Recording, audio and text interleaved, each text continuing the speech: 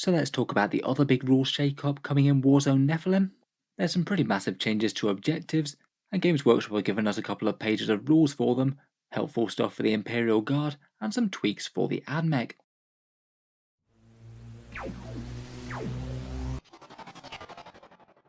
Hello and welcome back to Auspex Tactics, where today we're talking about changes to the game that are coming in War Zone Nephilim, changes to the objectives for just about every faction, two of which we appear to get the full rules for today, the Adeptus Mechanicus and the Imperial Guard. So chapter approved Nephilim is going up for pre-order this weekend. We already talked about the fairly sweeping command point changes in the previous video, but as well as that, it seems that they're going to be making some big changes to the secondary objectives as well, really quite important things in 9th edition missions, as they're how you score half your points. There's a few interesting bits of news that the article gives us. First of all, what we already knew, that they're reprinting all the secondaries for the different factions. There's going to be 3 default ones apparently. You're going to be able to take multiple faction-specific secondaries now, and they've previewed us 2 pages of them. We'll go over those in detail in just a second.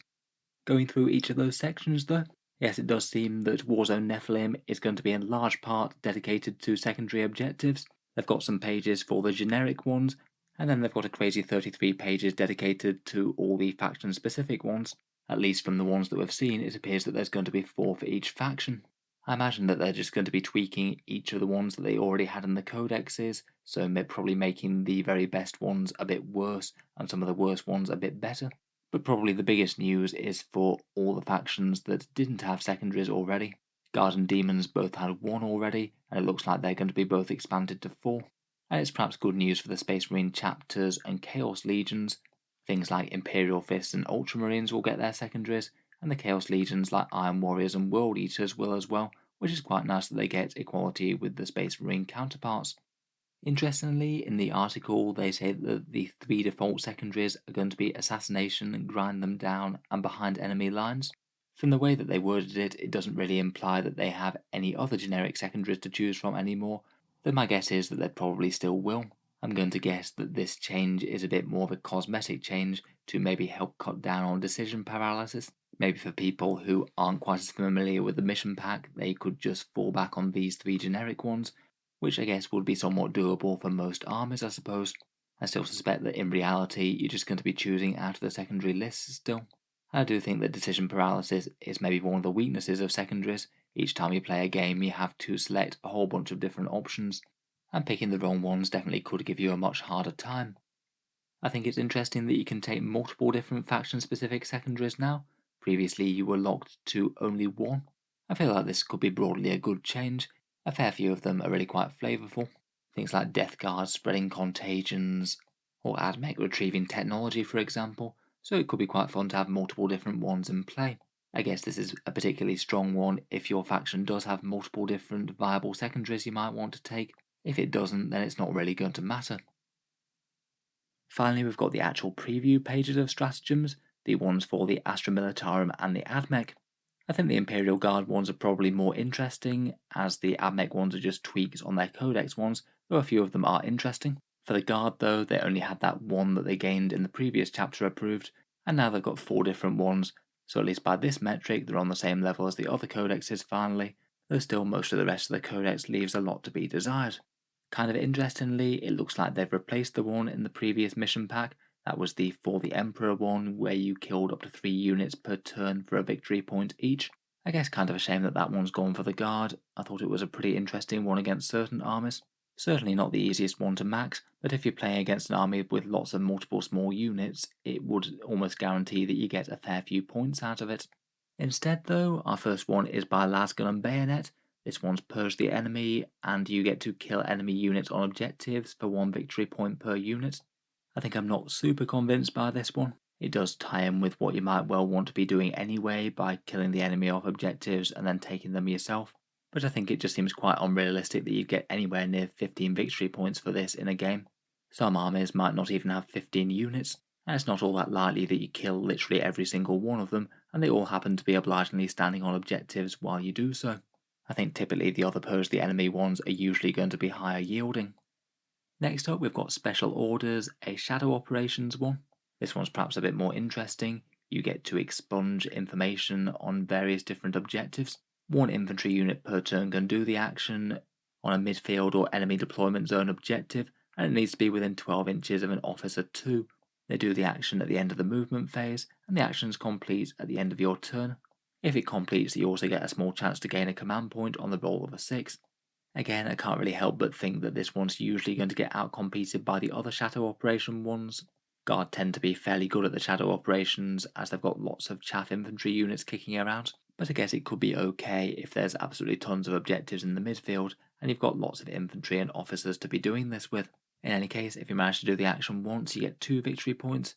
If you manage to do it twice, then you get 5, 3 for 10, or 4 or more for 15.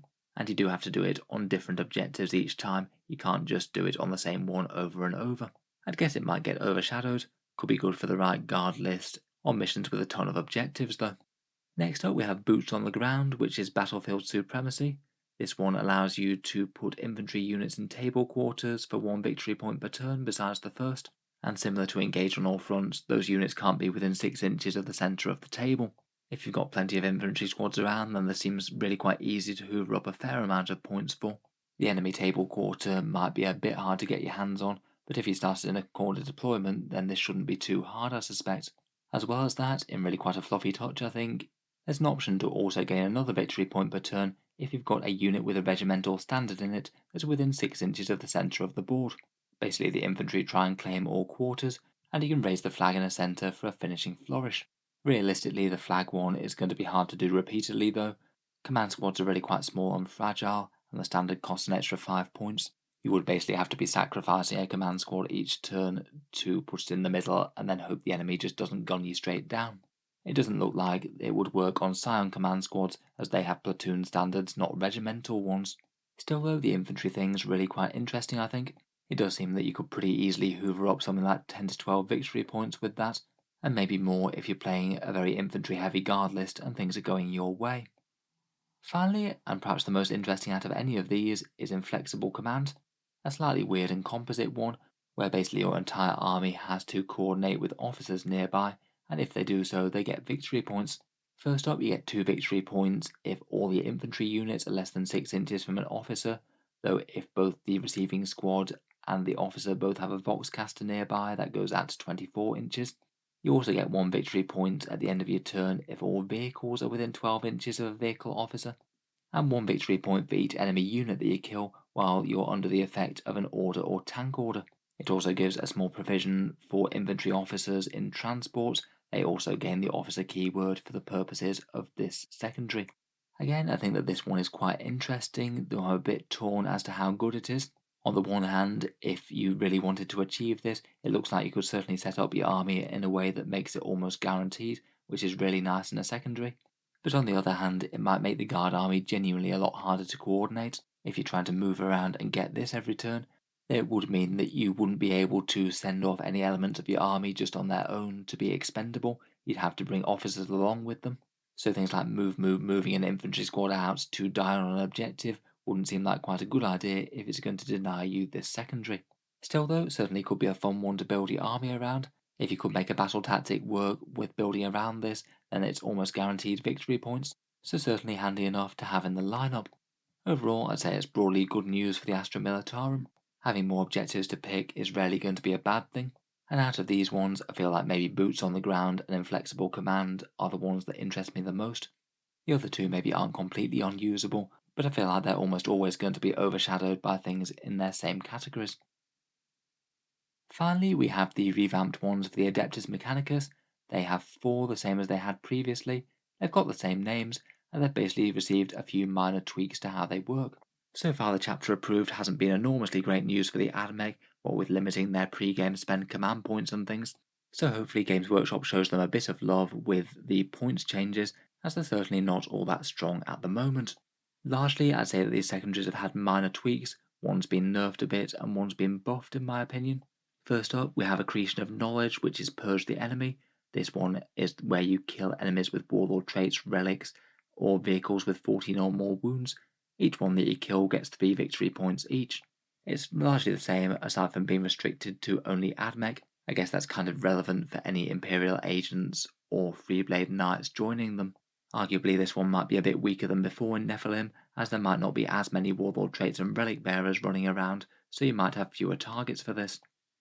Eradication of Flesh is no mercy, no respite. This one has changed a bit, and you get 3 victory points per battle round if Admech vehicles kill more enemy units than the number of Admech vehicle units that you lost yourself. Basically, this is directly saying that your vehicles want to be out fighting the enemy pretty much. I guess it could be kind of interesting with big blocked up units of Dragoons or Iron Striders perhaps. It could give you some big meaty units that might kill multiple enemy ones while still being a bit of a pain to remove because there's lots of models within them. Arguably though, it's perhaps been toned down from previous. Previously, you could kill enemy infantry and all you had to have was a vehicle on the board somewhere. It meant that you could have 1 or 2 cheap vehicles hiding somewhere and then just have the rest of your army go to town on enemy infantry and you'd be guaranteed a fair few points. Probably a bit weaker than it was before, but I think it makes a little bit more logical sense this way, I suppose. Very much supposed to be vehicles killing the enemy and not just hiding while the rest of your army does so. Uncharted sequencing is a battlefield supremacy one that largely remains the same. You assign a battlefield round and a different objective marker for each one, and you score 3 victory points if you control it at the end of that battle round, so that your target will change each turn. The only change to this is that you can only do it with Adeptus Mechanicus units now.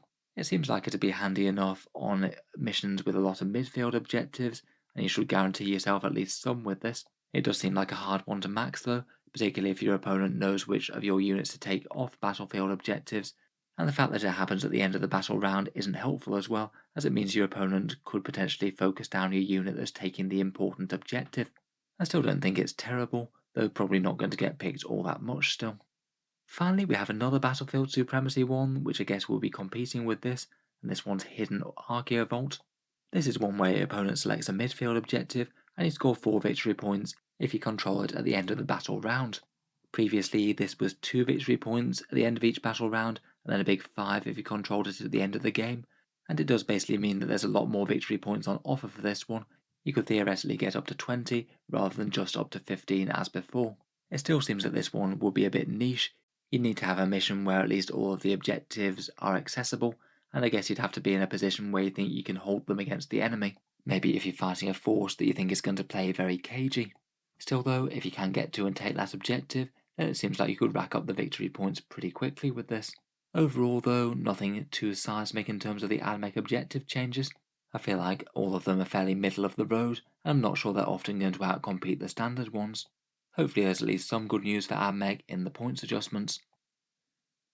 In any case, let me know what you think of the new rules. Will the guard secondaries help them out a bit? And do you think that the inflexible command one could be worth the annoyance that it brings to your army? I'll certainly hope to review all of the new secondaries when the book comes out. It's going to be interesting taking a look at the unique ones for Chaos and the Imperial chapters. Should be a fair few new options for things like Ultramarines or Word Bearers and such. If you'd like to see that, feel free to subscribe to Auspex Tactics. I'll try and get the review done as soon as I can. And finally, if you have been enjoying the videos on the channel a fair bit, I would just like to mention that Auspex Tactics does have a Patreon page, and you can find that down in the video description below. Channel patrons do get a fair few advantages, seeing certain videos early, regular votes to see what sort of things come next on the channel, and automatic entry into the regular prize giveaways with a chance to win some really big model kits each month. If any of that sounds good to you, or you'd just like to help support, the link is down in the video description. In any case, a massive thank you for listening, and I'll hope to see you guys next time.